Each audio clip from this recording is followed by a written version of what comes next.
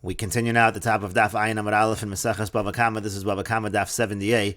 On the previous Amud, Ravina said that if not for the fact that Rabbi Yochanan said that Rabbi Dosa and the Tznuin are saying the same thing, so says Ravina, I would have said that the Tznuin actually is Rabbi Dosa, and the idea over there is that Rabbi Yochanan says the halacha is like Stam Mishnah, and the Stam Mishnah by the Tznuin was actually against Rabbi Yochanan.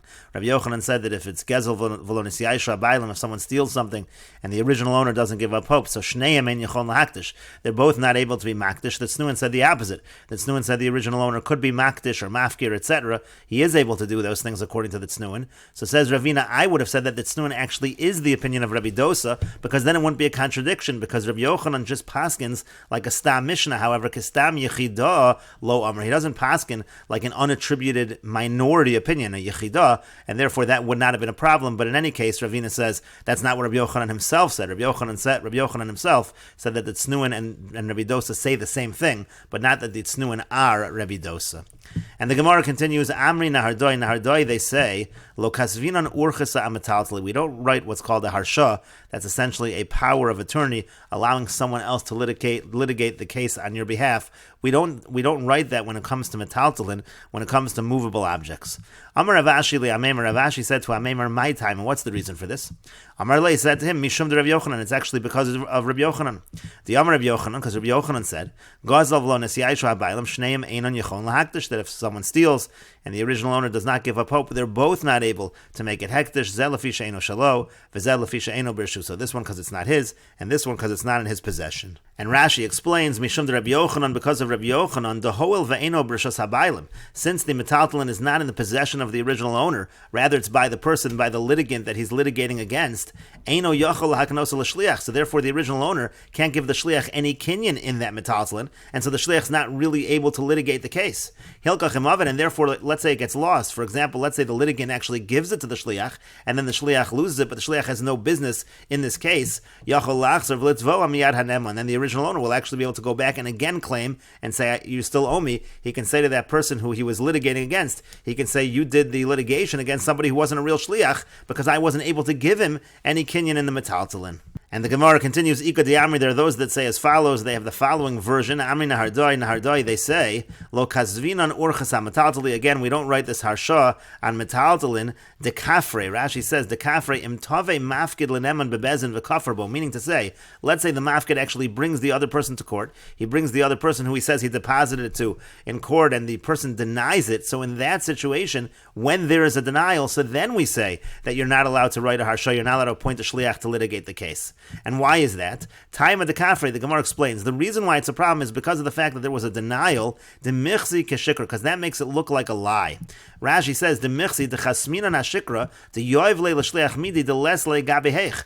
It seems to be that we're signing on something that is false, because we're giving something to the shliach, but this person doesn't even really have it. Meaning to say, if the original owner, if the person is denying to the original owner that he even owes him anything, and now the original owner is saying to the shliach, you litigate on my behalf, I'm giving you, so to speak, this item that you're going to litigate on my behalf, well, that doesn't really make any sense. He doesn't even have the item at all. As Rashi says, the Amar lehech neman l'shliach, the neman, the person who is the one that we're litigating against, he says to the shliach, lav bal devarim didiyat, you're not a bal devarim over here. I'm denying that this item even belongs to this original owner, and so therefore you have nothing to do with this case. That's why it looks like a lie. Avalo kafre, but let's say there was no denial, so then kasvinan, so then it sounds like from this version we would actually write the urchasa on metaltali. And the Gemara continues, V'yamri Nahardoi say, Urchasa de lo ksivbe, if you have a harsha and it's not written inside that harsha, zil don v'zachi v'yapik l'nafshech, go and judge and win the case and take for yourself, les be mashosha, that is not a harsha that has any substance. My time, and what's the reason? Mishum do amar lehech, because again, this other person who we're litigating against, he can say, Lav bal devarim didiyat, you're not really a litigant in this case, you have no business in this case, unless you write in that language, then already you're essentially saying that this person does have business within this case. And the Gemara continues, Amar Abaya says, but if it's written into the harsha that the person gets half, or he gets a third, or he gets a quarter, meaning to say, let's say he says, you go ahead and you litigate the case on my behalf, and you'll get a certain portion, and I'll get the rest. If that's what it says in the harsha, so migo de mishtoi dina apalgo, so since he's already able to litigate the case on half of it that he's going to be collecting, meaning that the shliach is going to collect mishtoi dina kula, so he's actually allowed to litigate the entire case.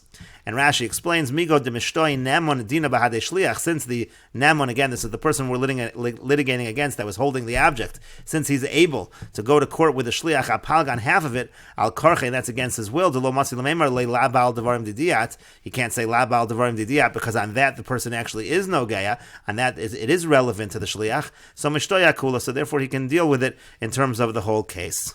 And the Gemara continues, Amar Ameimar says, Itafas lo mafkinan minei, if he grabs it, then we don't take it away from him. And Rashi explains, V'itafas shliach mishal nemon, let's say the shliach takes it away from the nemon, lo mafkinan minei, we don't take it away from him. Afagav delok sibbe apik l'nafshach, and that's even if you don't have that kind of text of apik l'nafshach in the harsha, still we don't take it away.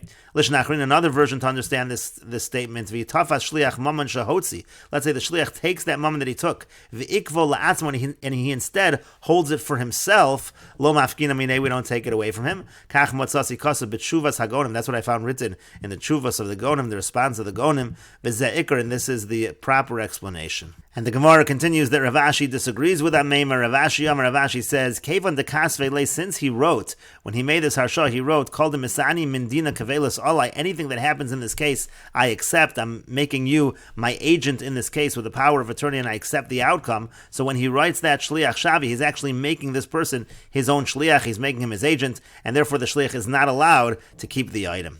V'ikod yamar, there are those that say shutva shavi, that he makes him like a partner. And the Gemara says, L'may nafkamina, what difference is it if we're saying he's a shliach or a partner? And the difference is, L'mitzvahs palga, can he take half of it? If he's a partner, then he's able to take half of it. V'hilchas shliach shavi, but the halach is that he makes him like an agent, and therefore he cannot take any of it. And Rashi explains, Rav Ashi polagoled Ameimar, Rav Ashi is arguing on Ameimar, Kaven dechsiv kevelis olai, since he's saying he accepts whatever happens, Alma shliach shavi, you see from that language that he's really making this person a shliach. Therefore, if he tries to take it, we take it away from him.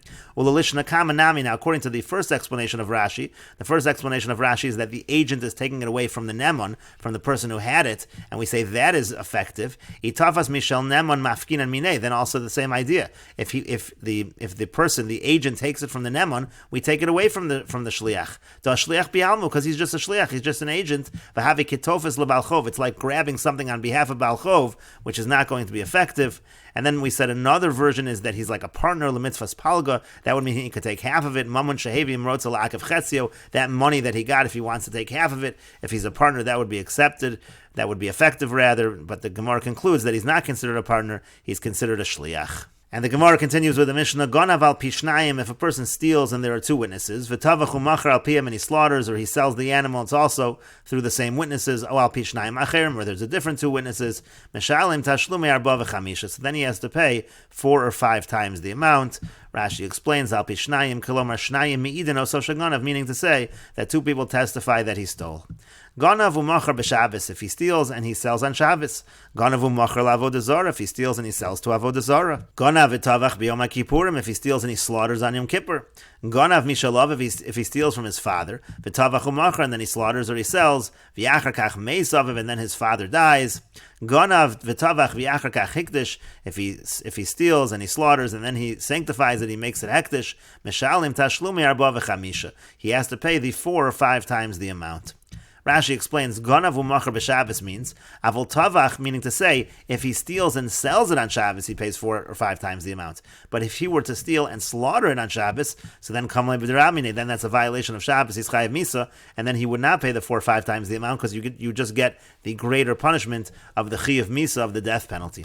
V'tavach b'yom kippurim, and then it said, let's say he slaughters it on Yom Kippur, de'ein zedono el akares, in that situation there's no death penalty, it's just at most a kares, and so again, in that situation as well, there's going to be a payment of 4 or 5 times the amount. Then there's a case where he steals from his father and slaughters or sells it, and then his father dies. The point over here is, let's say his father died first, and then he slaughters or sells it. Then we're going to say in the sefer, we're going to say at the end that he's pater, because he's already inherited his father. So he's really slaughtering or selling his own item. And the Mishnah continues, let's say he steals and then he slaughters it for medical purposes, or for dogs. Let's say he shechts it and it turns out the animal's a treifa. that means it has a mortal wound that it's going to die within a year. Hashochit chulin ba'azara, let's say he shechts it and it's not a carbon, but he shechts it in the azara by the Beis Hamikdash. In all of those cases as well, Meshalim Tashlume Arba v'chamisha, he pays the payment of 4 or 5 times the amount. Rabbi Shimon Poter b'shnei elu, Rabbi Shimon says Poter in these 2 cases, and Rashi explains, b'shnei elu, Rabbi Shimon says Poter in these 2 cases, meaning, b'treifa, if he shechts it and he finds it to be a treifa, or uvechulin ba'azara, let's say he shechts chulin ba'azara, so there, Rabbi Shimon says Poter in those cases, to kasav Rabbi Shimon, because Rabbi Shimon holds, shchita she'ena ru'ya lo shma shchita, if it is a slaughtering that isn't fit, it doesn't make the animal fit that you could eat it, so that's not called a shchita. Avol l'refuah v'leklavim, but let's say he shechts it for medical purposes, or let's say he shechts it for dogs, shchita ru'yi, that's a perfectly good shchita. The iboy matzi yachal mineh, if he wanted to, he could eat from it. He's not intending on eating, he wants to use it for medical purposes or for the dogs, but still that's considered to be a shchita ru'uya. And the Gemara says, Leima masnisan delok Rabbi Akiva. Let us say that our Mishnah is not like Rabbi Akiva. The Rabbi Akiva ha'amar, because if it's following Rabbi Akiva says, davar v'lo chatzi davar, it has to be a whole matter and not a half of a matter. Rashi says, davar v'lo chatzi davar al pishnayim edem yakum davar, means to say you have to have 2 witnesses on the entire matter. But when we talk about having separate witnesses for the slaughtering in the Mishnah, we say, that it could be through a different 2 witnesses, so they're really only testifying on half of the matter.